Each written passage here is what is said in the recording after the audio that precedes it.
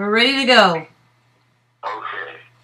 The beginning of World War II, as I said, was a Treaty of Versailles, in which actually all of the components necessary to start World War II were put together in the form of a treaty, which was absolutely unacceptable by the Germans, although they did accept that they had to.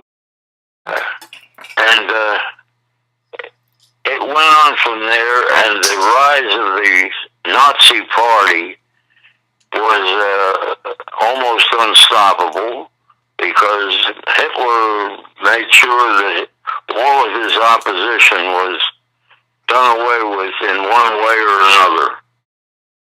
And when it came along to about September of 1939 is when Hitler decided he would invade Poland.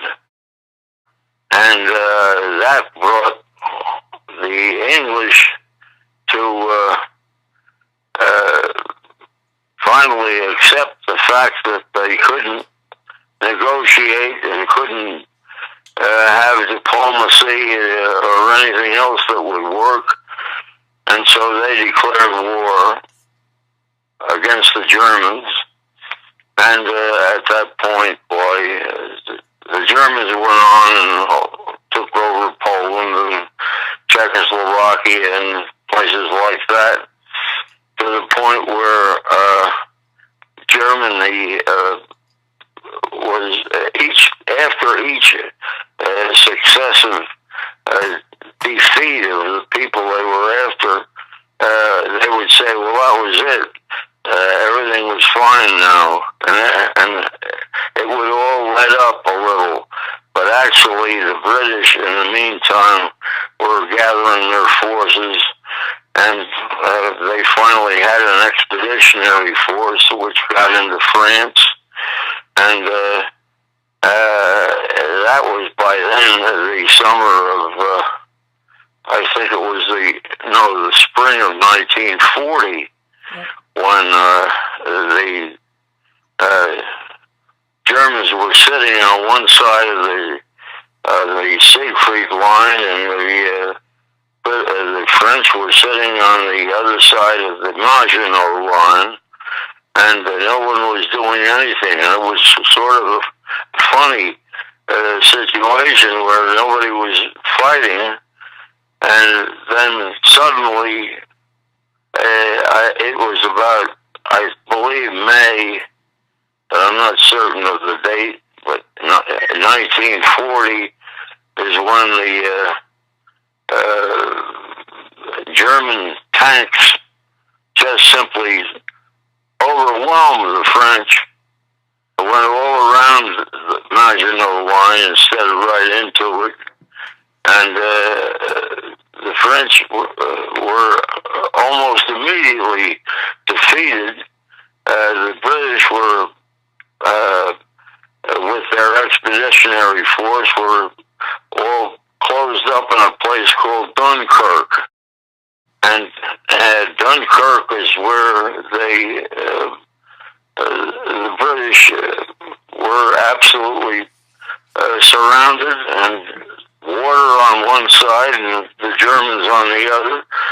And in the meantime, Churchill, who was the head of the British government, made sure that every single solitary boat that could float and pick up a couple of people got across the channel and picked up all those men off of the little bit of land called Dunkirk, and the whole British expeditionary force almost entirely was rescued, but they lost all of their equipment. So that there was when they got back to England, they had lost everything to fight with. There was only the RAF that was still available to them to hold off the Germans. And for months, the RAF did keep the Germans at bay, although they suffered terrific losses. And London was bombed. The whole place was all of England was under the German bombers, and so as a result, things looked very bad for them, and we had to do something. So our president by then, at that time, was Franklin D. Roosevelt, and Roosevelt came up with an idea called Lend-Lease, and we found a way legally to, without declaring war, found a way to give the English equipment, guns, boats, airplanes, everything that they could need. We gave them in under this Lend-Lease, and that was now we're going along into 1941, and all along the line we had nothing but losses to report. We lost in Africa, we lost, but we held on to England, and that was the main thing. England was the spot, but the Germans really wanted to overtake if they could. And as a result, they did. They bombed the English like you wouldn't believe. They even came up with what was called the V1, which was a little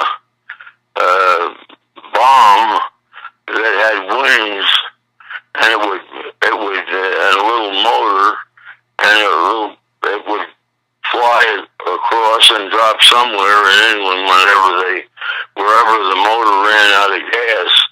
And it was a frightening thing because there were lots of them. And apparently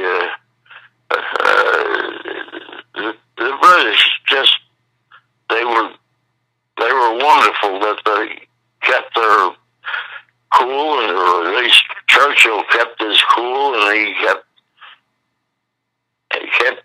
doing what needed to be done to keep their morale up as best he could. And then we came up to 1941 in December, and all of a sudden the Japanese dropped a load of bombs on us in Pearl Harbor, and at that point there was no more fooling around. We declared war. The United States declared war on both the Japanese and the Germans and the Italians, who were sort of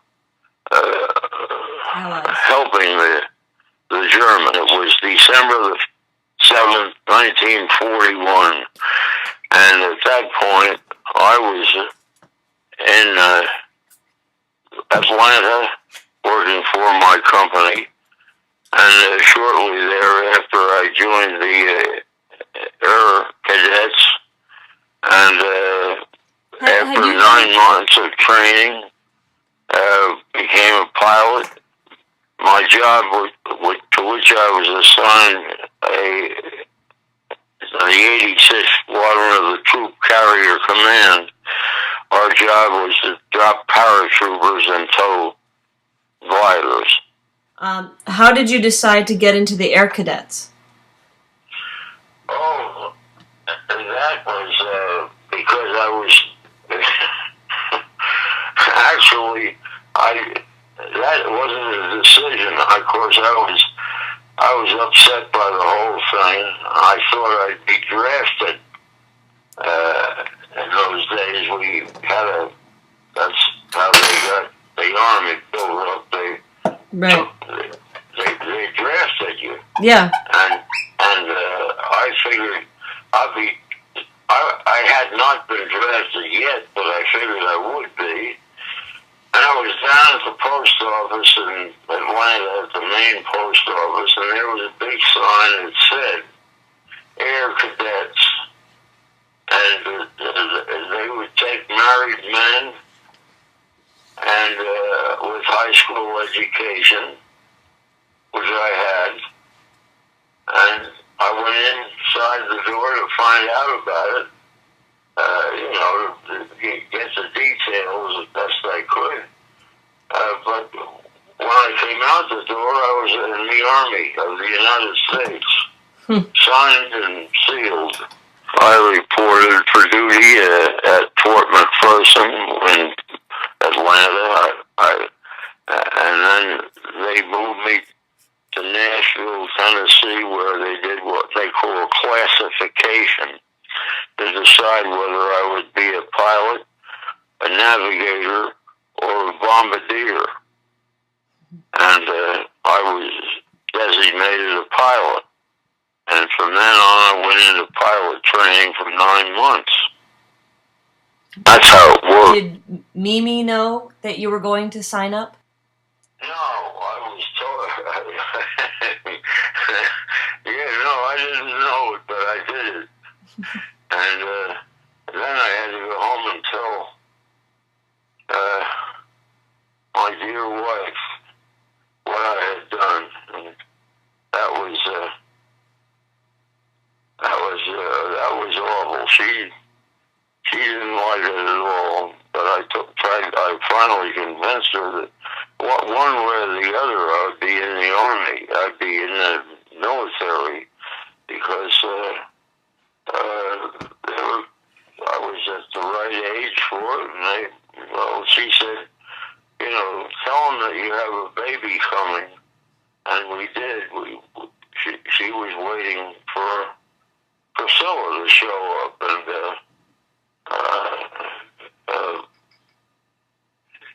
but in the end, as I said, I wanted, since I was going to go into the military anyway, for the war, I wanted to be a pilot. I wanted to fly, and that's what I did. After the 9 months training, I became a pilot and an officer.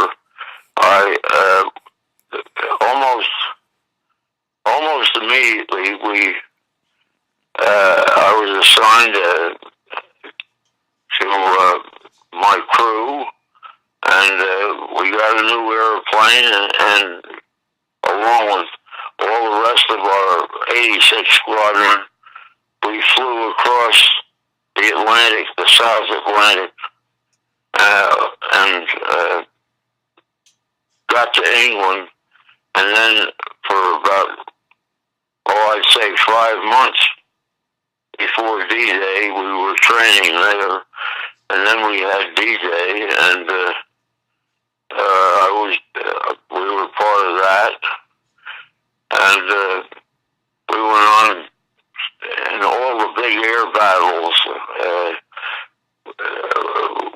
We were a part of. We had to be, because we towed gliders and put paratroopers on board and drop paratroopers and do whatever. And places like Bastogne, we dropped power packs of equipment and food and whatever else our troops needed. Were you also supporting the English troops? The English we fought alongside of the English on many occasions. For instance, of course, D-Day, we had our section. The British had theirs, and the Canadians they were there, and the Australians were there. They all had their own organizations which were all a part of D-Day. And air-wise, it was a small part of D-Day. The big part of D-Day was the ships coming across the channel, and there were so many ships that you couldn't believe all of them. But they were there, and they formed they made a big port out of some old ships, sunk them and used them as ports for the big ships that were able to bring troops in and then go back and get more troops. It was back and forth going on like that all the time. This is bound to be needed an awful lot of editing, I think, somehow or other. But I guess it can be reeled off the way I've given it to you. Just one man talking, that's all. Oh, you want me to go into some of the shooting and stuff like that? In D-Day, I could talk about all of the turmoil that was going on, the dropping of bombs, the flares, the flak, the machine gun fire and holes in the airplane, and some of our people got shot down right there. And others of us got away with it. So how many times did you have to make flights during D-Day? Did you have many trips that you had to take? No, we had two. We had two flights from our field, where the first flight was at we towed gliders, and it was the first and only nighttime glider operation that ever went on during the war. But it was nighttime, and it was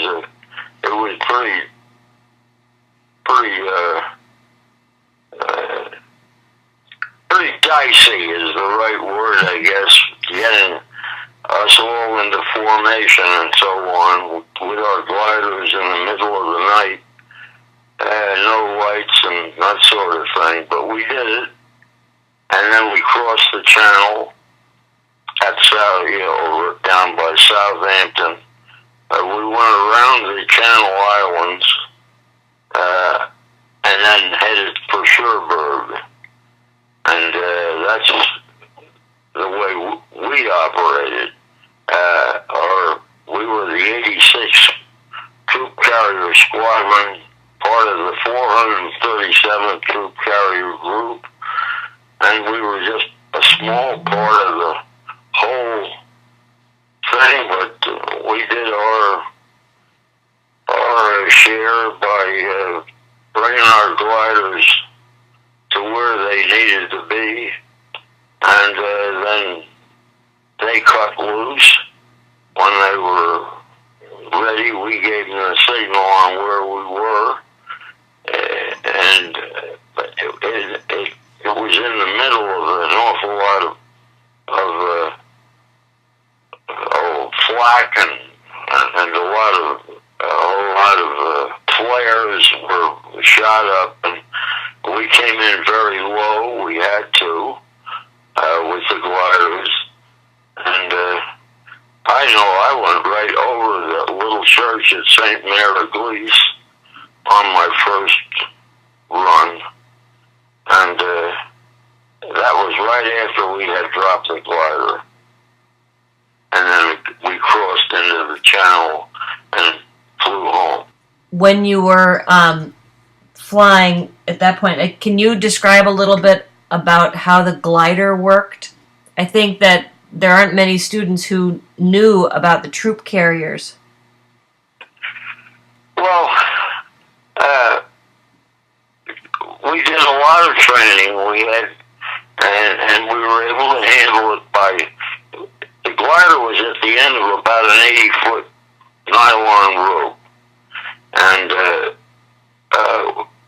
we would tow the glider to what we call the DZ, or drop zone. When we got there, we give the glider a green light through the astral dome of our airplane, and they would know they were over their target, or DZ, and they would cut loose. We, the pilots, or the tow planes, never, ever cut a glider loose. When the glider was cut loose, it was by the glider pilot himself. And this was one of the very strong points that was made to us early on. We could not let go of the glider. He could let go of us.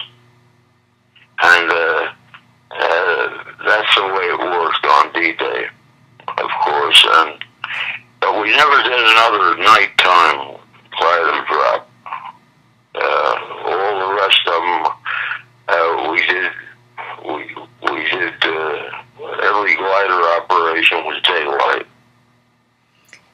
Were you able to tell whether or not your the paratroopers from the gliders landed safely? How far could they travel on their glider? No, we could not. But we had, when the glider cut loose, he was on his own. We flew on and went back to our base to pick up another glider and bring another load in. But the glider, when he got off, he had no place to go but down. And of course, he could pick out the fields and do the best he could to land the glider in such a way that he would do it without damage to the glider or the people inside of it. Our glider, our American glider, was smaller than the British glider, which was called a Horsa. The British glider was much bigger than ours, and when they landed, if it wasn't a good landing, it was a pretty bad situation that they dealt with. We had almost 55% casualties in every glider operation that we ever went on. Did you try to recover the glider, or was the glider just left behind once the paratroopers hit the ground? No, we tried. We tried to recover a few gliders, that were whole, and we did get them and pull them back to England. But it wasn't worthwhile. They were all damaged in one way or another, and so we just left them along like they were piled up. At the end of whatever field they had landed in, that was the best they did by them, was to look them over. If there were any that were whole, we tried to tow them back, but it really hardly was worth the effort.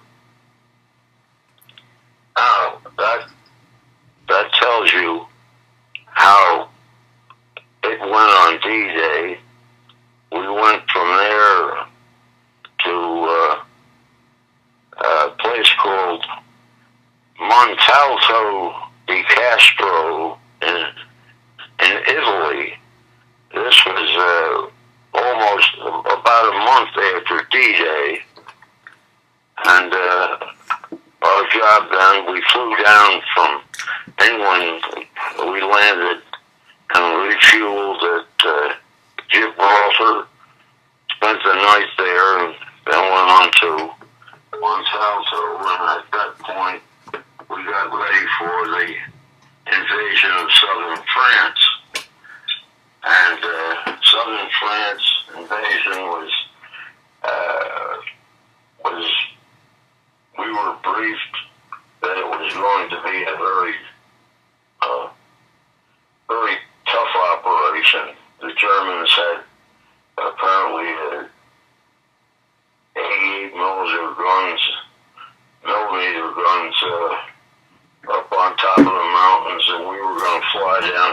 the mountains with our paratroopers, and we were all pretty well nerved up for that thing, but the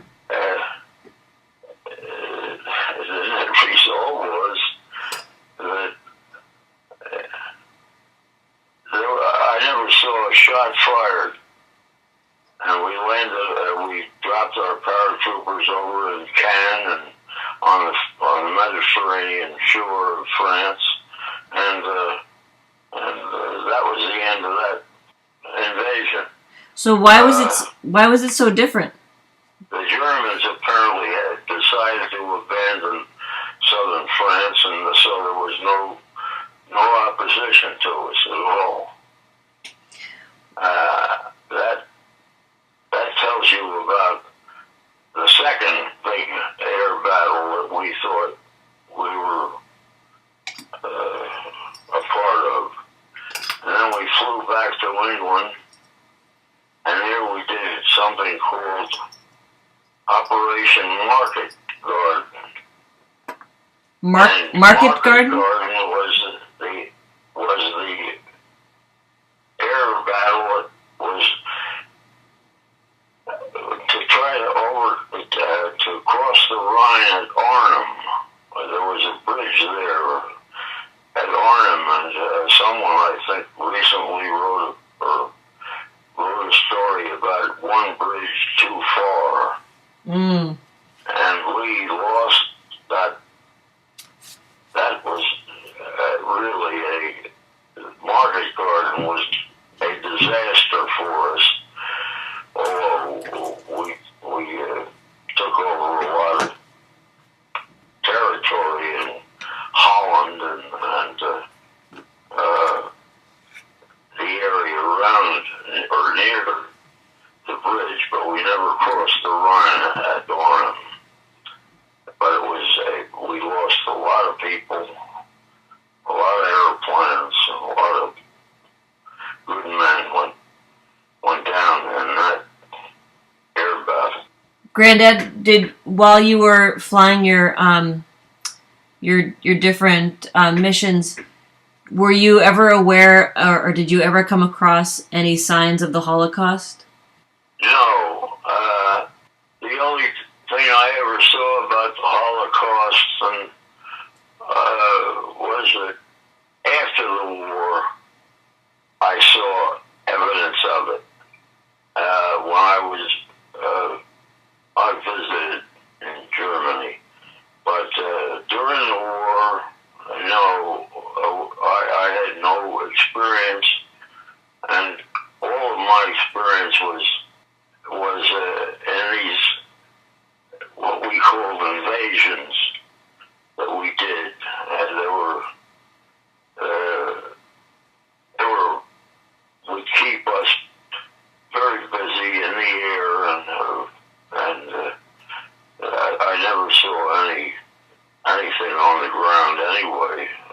We would always go from our base to whatever we were doing and out again. Now, when we did resupply, we did land in Germany, and many times I remember our job was to bring gasoline up to the tankers, who would usually, the only time they'd ask us for gasoline or to get them gasoline is when they run out and they run past their own supplies, and they needed them because there were a couple of times when didn't have anything at all, so that if at that point they had been attacked, they couldn't fight because the tanks couldn't even be turned on. They used an awful lot of gas, the tanks did, and so many times we flew the supplies up to the front, but I never at any time saw anything about the Holocaust, no. Where were you? Do you remember when you found out that that Germany or that Hitler was dead? Do you remember? Well, of course,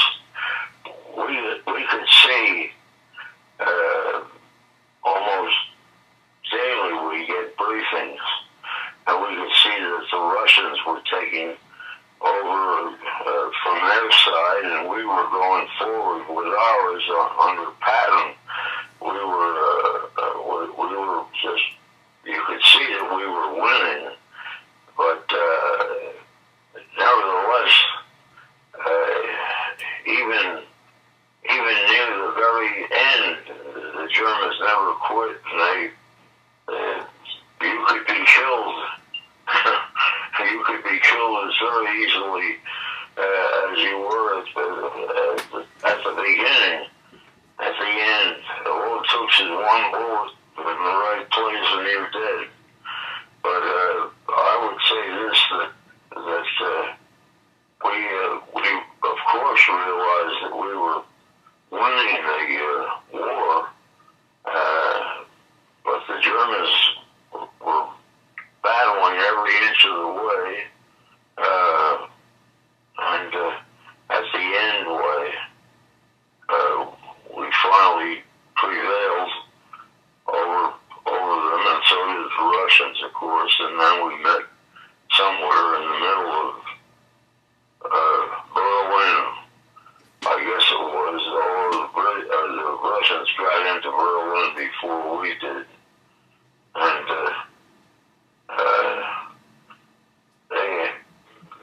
they were brutal with the Germans. Well, we all were, I guess. At that point, we were really. The Germans gave up on them. I think it was in May of 1945. Yeah, May of 1945 that they finally surrendered. But the Japanese kept going until we dropped the big bomb. But that's the only other exciting battle that we were a part of was Bastogne. We went to Bastogne to relieve the troops there on Christmas Day. It was in 1944, and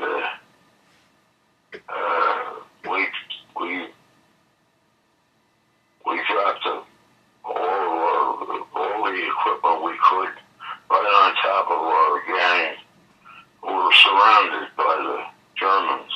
That, and with what Patton did to come and break that up.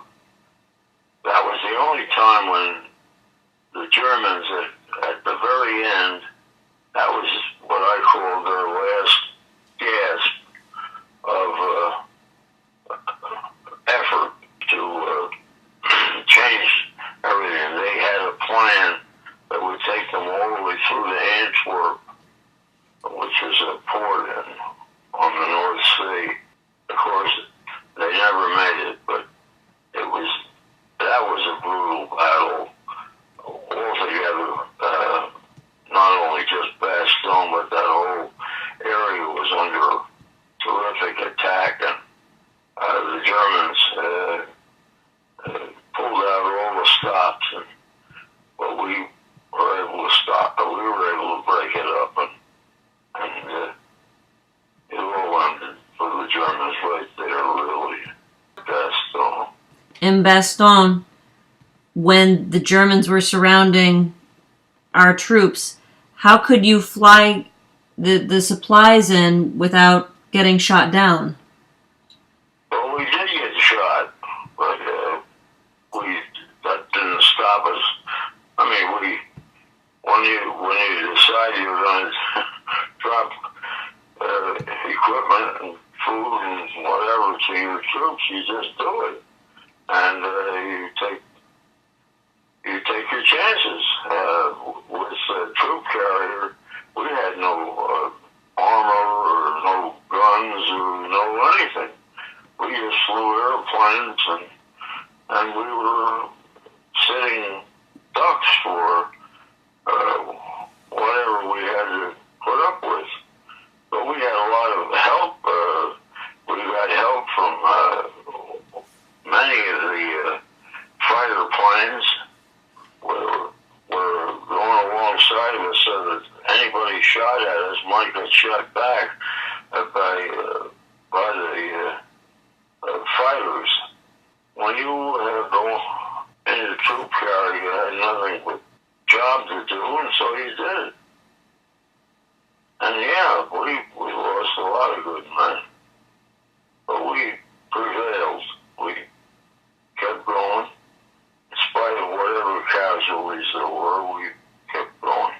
how did it change your life? Obviously, you were married, you were about to have a baby, and then you left. Well, that was. I'll tell you, you have to have a wife like I had. That's how, she helped to win the war just by doing her job on the home front. She was wonderful.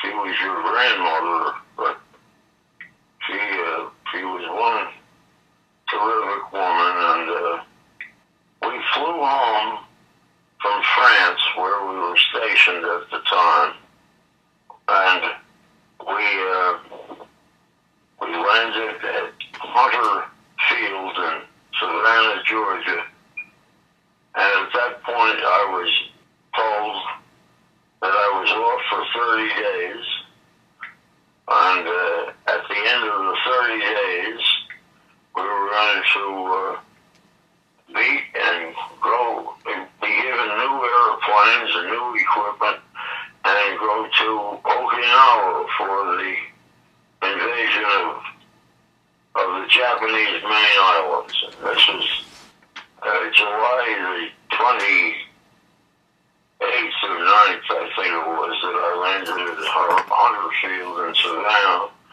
and took my airplane, took all my equipment, all my crews had so long, and that was the end. That was the end of that, and we were told that we were to report back to Fort Dix in New Jersey for our next assignment in 30 days. Well, 30 days from the end of July, about 15 days later, dropped the big bomb in Hiroshima, and then one more time in Nagasaki, and the Japanese quit, and the peace treaty was signed on the battleship Missouri in the Japanese harbor by General MacArthur and all the top cats of the Allies were all there on that ship. And I was home with Mimi, and and the war was over. I had to report back at the Fort Dix at the end of my 30 days, and they asked me if I would like to stay in or get out, and I asked them where the door was, because I was ready to go out. Did you feel like when you came home that people welcomed you and were respectful of you and other veterans? Oh, indeed they were. It was great. Everybody, it was wonderful. Everybody was on board. Everything was fun. Only time it wasn't was when people came home from Vietnam. Yeah. And then they were spit on. The people were 125% behind us in World War II. That was not true in Vietnam. But I still don't think it was the right thing at all, ever, to be disrespectful to troops. Those guys they were written on. Were people thinking that the United States needed to get involved in the war before Pearl Harbor, or was it after Pearl Harbor that everybody decided that we needed to? Oh, no. There were many groups that thought that we should have signed up long before we did. But I can understand Franklin Roosevelt was our president, and he didn't want us to get into the war. He hoped that it could be ended without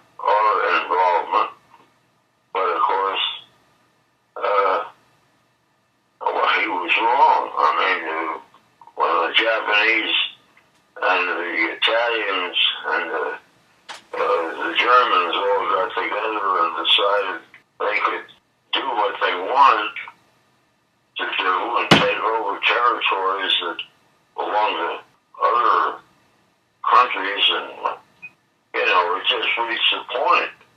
And then, of course, when they actually bombed Pearl Harbor, it's the same thing as men threatening each other, but never doing it. And then all of a sudden, one of them reaches out and smacks you. Then the war is on, and that's what happened with us. The war, there was no denying. When we got Pearl Harbor, we were in the war, and we were going to win it one way or the other, and we did win it. Do you think that you changed as a person because of the war? Oh yes, yes.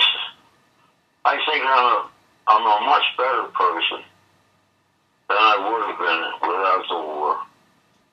Oh yes. Why do you think that?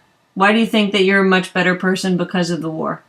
I think I'm a better person because I have a great deal more confidence in myself and knew what I could do because I did it, whereas before that it was all in the movies or whatever else, but I never had a chance to develop. But in the war I was able to develop my capabilities, and I rose in rank a little, and I learned a lot, and I had a lot more confidence in myself than I ever had before. I wouldn't have declared war to get more confident. to accomplish it, but that's the way it was. Yes, it was I became a much more capable person, I think, than I was. Do you ever see any movies about World War II? Yeah, I did see something called 12 O'Clock High. That was a good movie, and it was pretty true, I thought. Mm-hmm. And I don't know, there was another one, The Longest Day or something like that. That was a good movie. Well, you could learn from that, I thought. And did you feel like they were pretty accurate? Yeah, I thought 12 O'Clock High was pretty accurate. All the strain and the frightening business of flying. What this is about bombers. I've never seen a troop carrier movie, but it was the same sort of thing. That each time you go off on a mission, you're frightened, and you have to cover it up and swallow it and keep it from coming out, and go out there and do it. That's all. When you got back to the United States, did you go back to school, or did you benefit from the GI Bill? No, I did not. I had a good job with my company, and they wanted me back, and so I just went back. I did not use any GI advantages. Yes, I did use a GI advantage. I bought a house that I couldn't have gotten except under the GI Bill. I bought a house down in Philadelphia, Okay. and it was a good thing I did. It was good form. It was very good. If you had to do it all over again, would you do the same thing?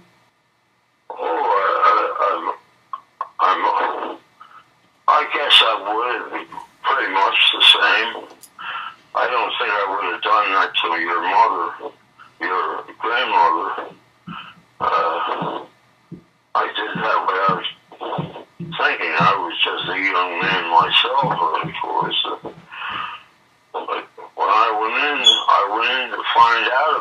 when I came out, I was in it. So I signed up. I don't think I would do it that way again, but I don't know. It all worked out fine as far as I'm concerned. Did you find that when you were overseas, that there were periods of time where you were very bored? We were never bored.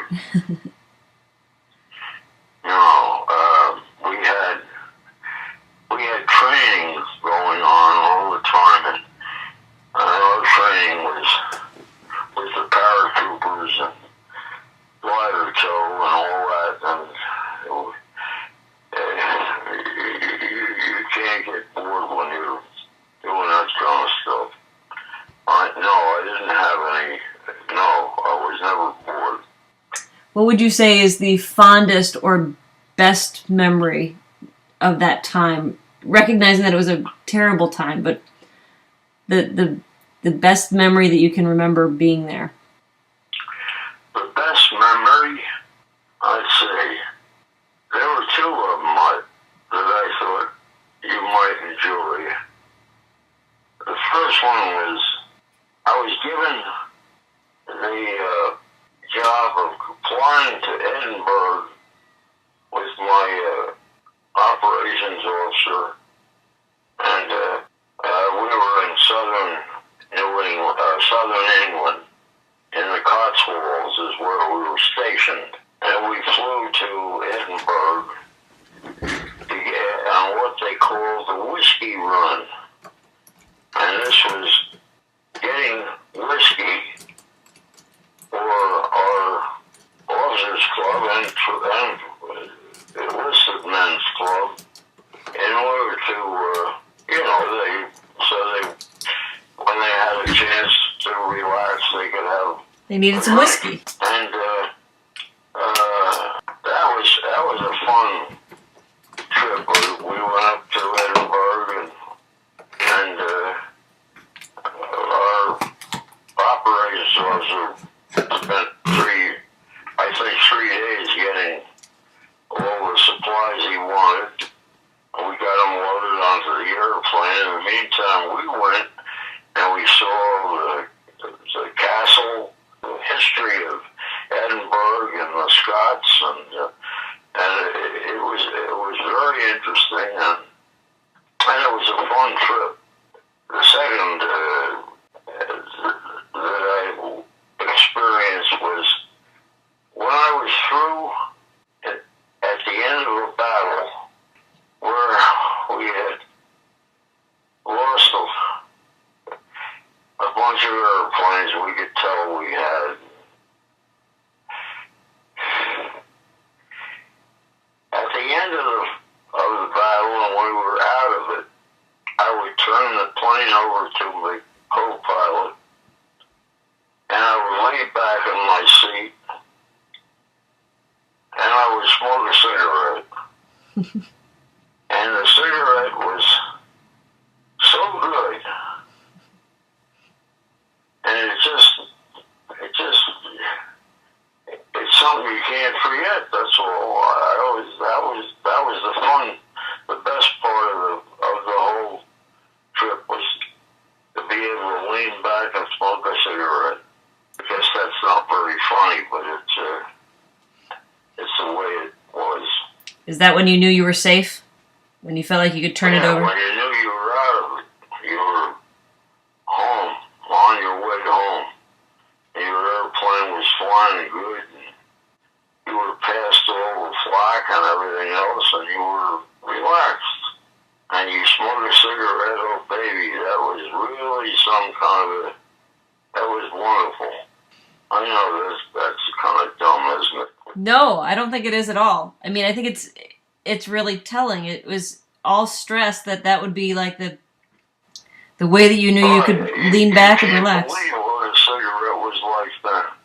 I never smoked, I don't smoke now, and haven't smoked for years, but during the war I smoked a little, and always had lit up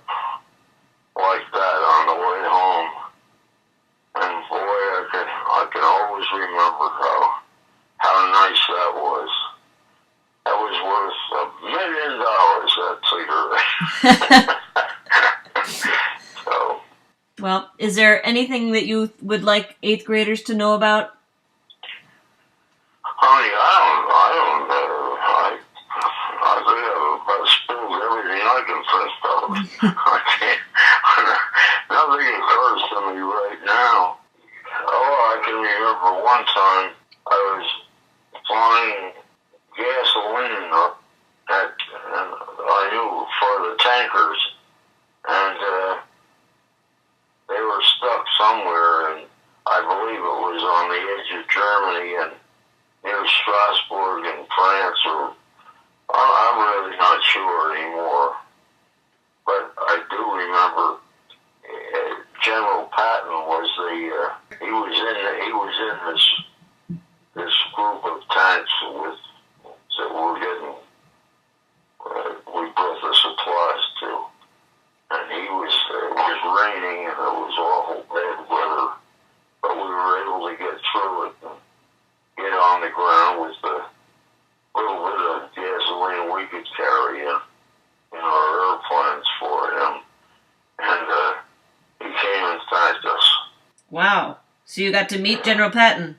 Yeah, well, not meet him. He just stood there in front of us with two guys on one on each side of him, and he said, "Thank you, Captain." That was it. Can I ask you something about D-Day? Okay, go ahead. Ask me about D-Day. You said that you did the flights at night time. How could you see the people in your formation without running into them? Well, okay. We had on the back on our wings, on the upper part of our wings, as away from the ground. Yep. And along the top of the fuselage of our airplane, we had blue lights that would form like a T, if you can understand that. Yep. They were out on the wings and then down the fuselage, so it was a T of blue lights that you could only see from behind And above. and above. Okay. And so that is how we were able to establish control with and be aware of the plane that was in front of us. We could see those. They weren't very bright, but you could see those blue lights, and so we were able to use them as our guide in creating a formation. Okay, I get it. Well, Granddad, thanks for talking for so long. This is going to be very helpful for the kids. I hope it helps.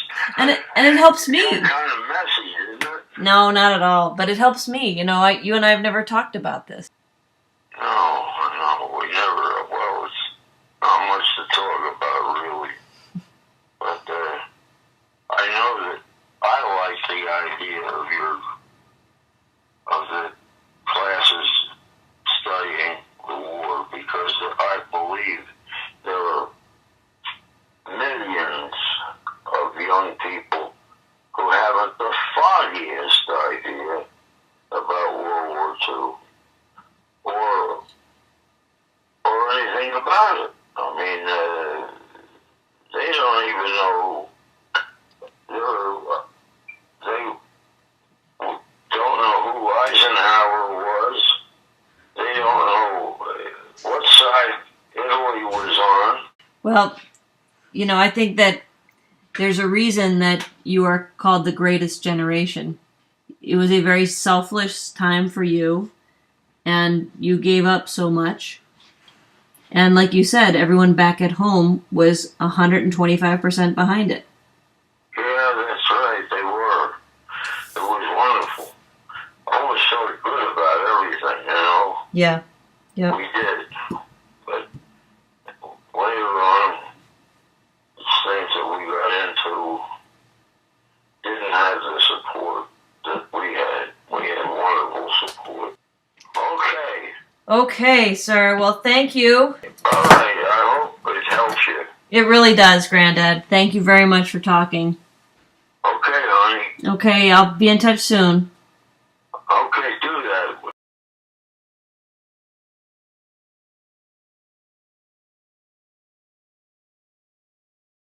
Granddad Oscar is here right now. He just wants to say hi to you.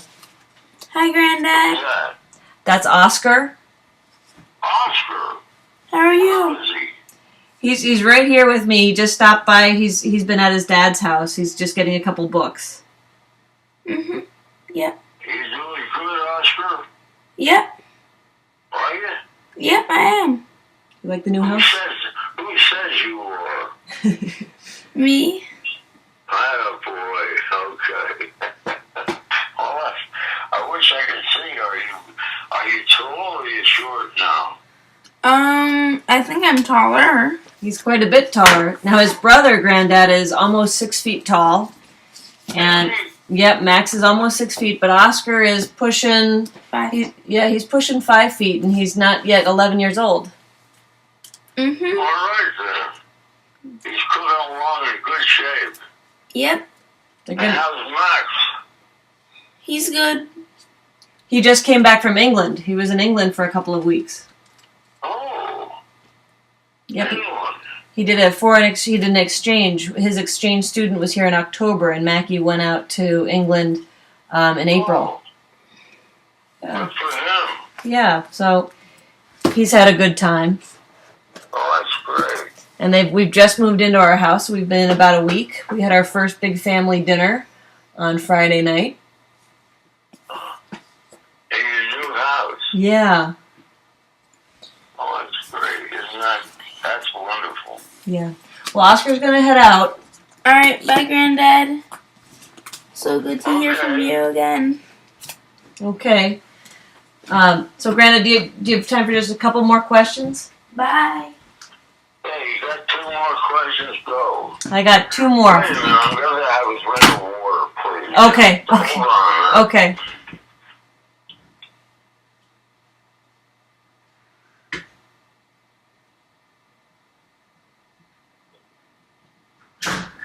Yeah, okay.